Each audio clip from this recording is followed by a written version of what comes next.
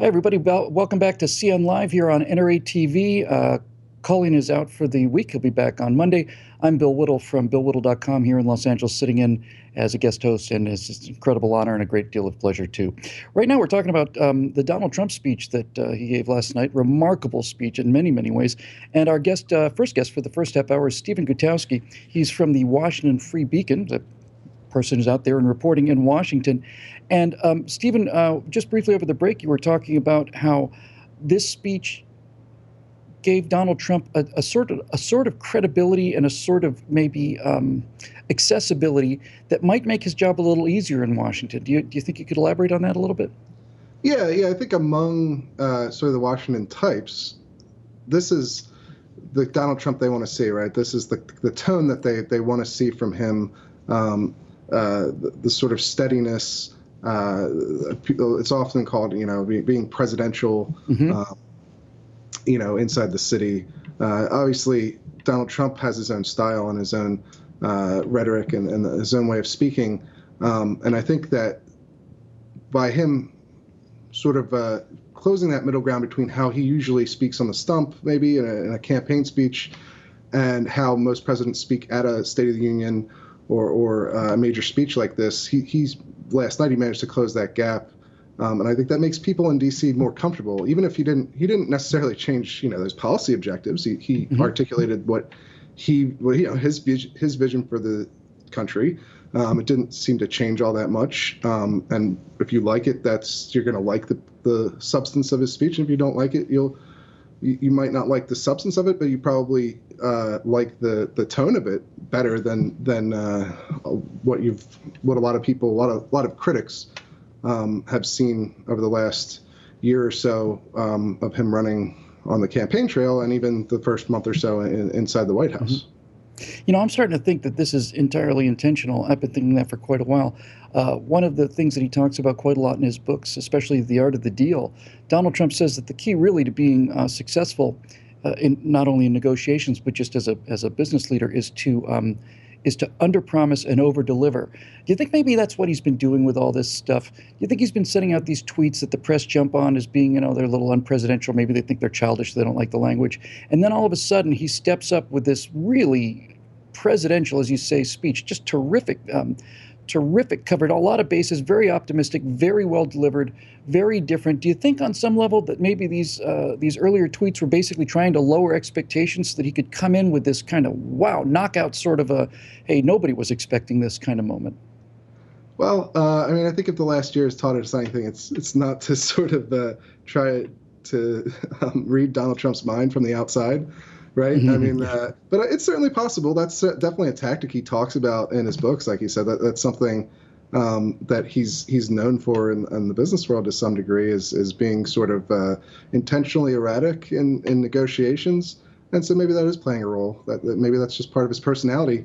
I don't know, but it's certainly it hasn't kept him from achieving success in the political world thus far. So whatever he's doing, maybe it's intentional.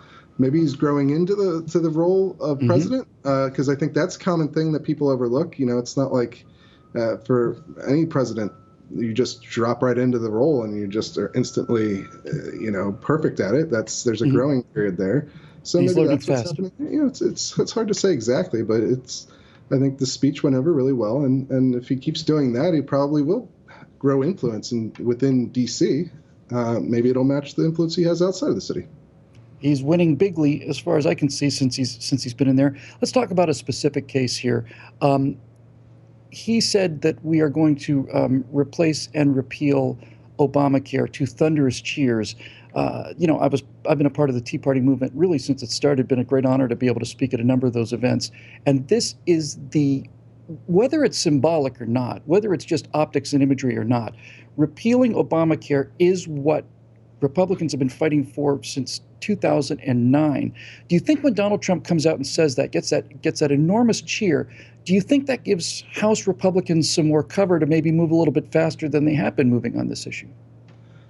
Probably, right? It certainly is better for him to put his support behind it as the president and the leader of the party than if he didn't talk about it at all or if he was opposed to it, right? Because there's obviously we've seen there have been a lot of sort of hesitancy within the Republican caucus about Obamacare and exactly what they're going to do about it. Because you're right, certainly they ran on repealing and replacing it for the last, what, 6, 7 years? Yeah, at least. It was a rock solid promise that most of these guys got elected on. So, And they didn't deliver. Or at they least haven't delivered yet, but yeah. I do think that with Trump's support and open support, bringing it up in a speech like this, saying specifically the words repeal and replace is important. Here's what struck me the most about the speech. I was just blown away by how optimistic it was. I haven't heard that kind of rhetoric since Reagan. I haven't heard somebody come out and say, no, we're going to do great things. He had a line where footprints on another world are not beyond our dreams. The idea that we can get out of this budget mess, we can rebuild the country, the infrastructure using private and public money. I thought that was a nice little nuance. But everything about it just seemed really optimistic. And, as far as I'm concerned, Stephen, that kind of optimism, that's the essence of what being an American is. It's the essence of it. I think that's what this country's been starving for 8 years. They've been told how awful we are. And so, but we've got this president now who's saying, I'm not here to represent the global community. I'm here to represent the United States of America. And we're going to make things strong. So we're going to build airports. And it was almost overwhelming. I can't believe it's been so long since I heard that kind of positivity. Yeah. No, I think that's a good turn for Trump to make as well.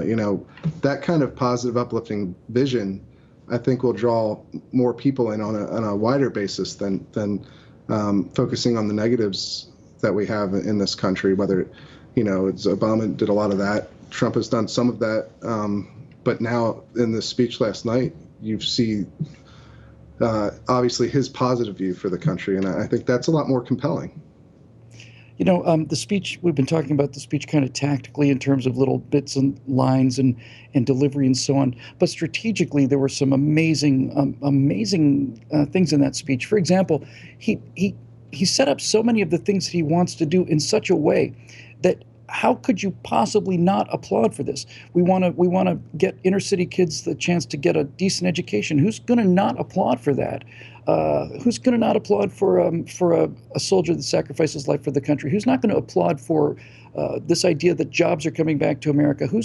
Everything that he did was spoken and couched in such a way that you almost could not agree with him on this. I thought it was masterfully done as far as how the speech worked strategically. Yeah, no, that's probably true. I mean, it was well-written speech and well delivered. So, what it comes down to in the end, though, is that it needs to be followed up with action, of course. Yeah, I was going to ask you about that. What do you think he's going to do first? We've seen him take quite a bit of action already, and now there's plenty more to do, especially for an agenda like his that's as broad as his is, as most presidents are. So the speech was very good and very positive and uplifting, and I think it created some inroads where there weren't before. But now he has to focus on continuing with that and implementing the things that he wants to do. What do you think he's going to do next? Do you have a feeling for where he's going to go next? He's laid out an awful lot of things, and he's been moving very fast, seems to me. He's been moving very quickly. Do you have any idea if he's going to kind of bear down and focus on one of these points that he mentioned? And if so, what do you think it might be? Well, I think the next thing from his point of view, from his office, is probably going to be the renewed executive order on the travel ban that caused a lot of controversy earlier. That'll probably be the next thing. How he's going to redo that, I guess. How he's going to implement that so that it doesn't have the court problems that he had with the first time around. That's probably what's going to happen immediately. And then I think Obamacare is going to be the first real legislative battle that he's going to face. It was nice to see him being able to speak directly to the American people, especially in that kind of a frame, because I think he was able to clarify a lot of things that he'd been misrepresented on. And probably of all the things he was misrepresented on the most, I think the one that he did the best to clarify was this idea that he's not against NATO. He's not talking about pulling down NATO. NATO was the result of World War I and World War II alliances beat the Cold War and so on. He just wants them to pay their fair share. the EU countries have an aggregate economy just slightly larger than ours. It doesn't seem unreasonable to me. It seems he clarified a lot of the things that he'd been demonized for. Yeah, yeah, and I think before the speech, he had given an interview to Fox News where he was asked to grade himself, and he gave himself an A on substance essentially, and a C on communication, which is something that we've seen Obama do in the past. But in this case, he came out during the speech and actually did clarify a number of things that have been getting a lot of attention lately. That clearly he didn't think he was getting his point across crystal clear, or was being, muddied in the sort of political circus that we have in D.C. So that's a positive step. Well, Stephen, thanks so much for joining us and giving us kind of an insider look at how Washington and the Washington news media is reacting to this. It's been a pleasure talking to you today. We're going to be taking a break. When we come back after the break, we're going to be talking to Beth Bauman, another reaction on this remarkable speech that Donald Trump made, and we'll also take a look at what some of the major mainstream news media organs had to say about his remarks, and they seem to be, in many cases, positive, and in some cases, just shockingly positive. It's a good day to be an American here at CN Live on NRA TV, and we'll be back in just a few moments.